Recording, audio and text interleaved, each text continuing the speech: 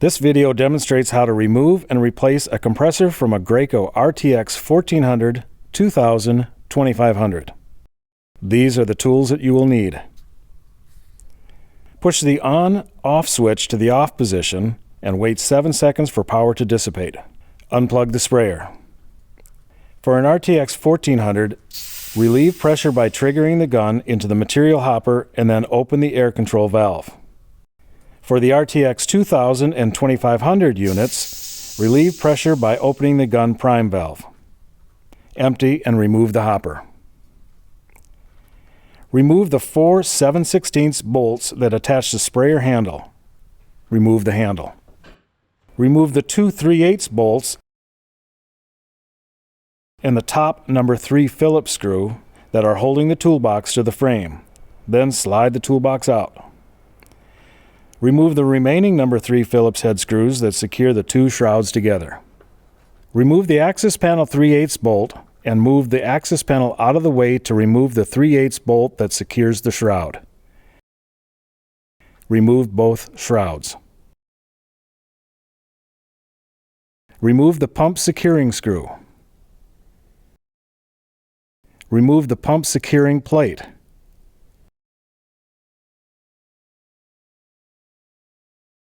Remove the Rotoflex hose. Remove the 4 bolts that hold the metal support. Remove the 4 screws that hold the circuit board to the metal support.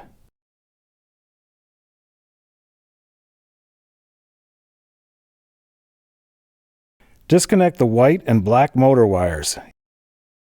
Using the 1/4 inch nut driver, remove the green ground wires from the compressor and the metal support.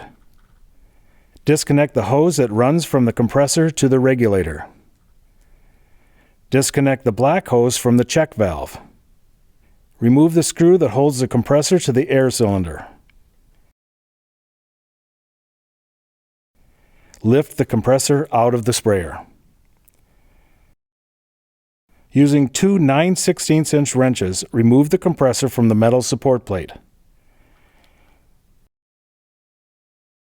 Install the new compressor to the metal support plate.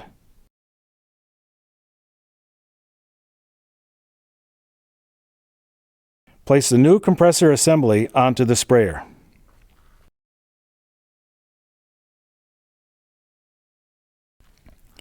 Reattach the black hose to the check valve.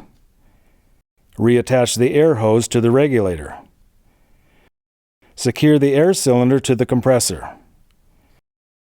Attach the ground wire to the metal support. Attach the ground wire to the compressor. Attach the metal support to the sprayer frame. Attach the circuit board to the metal support.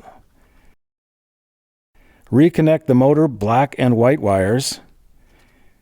Move the compressor back and forth to ensure that there is no contact with any wiring. Then, neatly wire tie the wiring harness.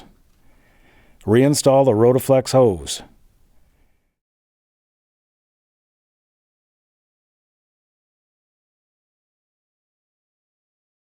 Test the sprayer for proper operation. If operating properly, reinstall all covers and shrouds.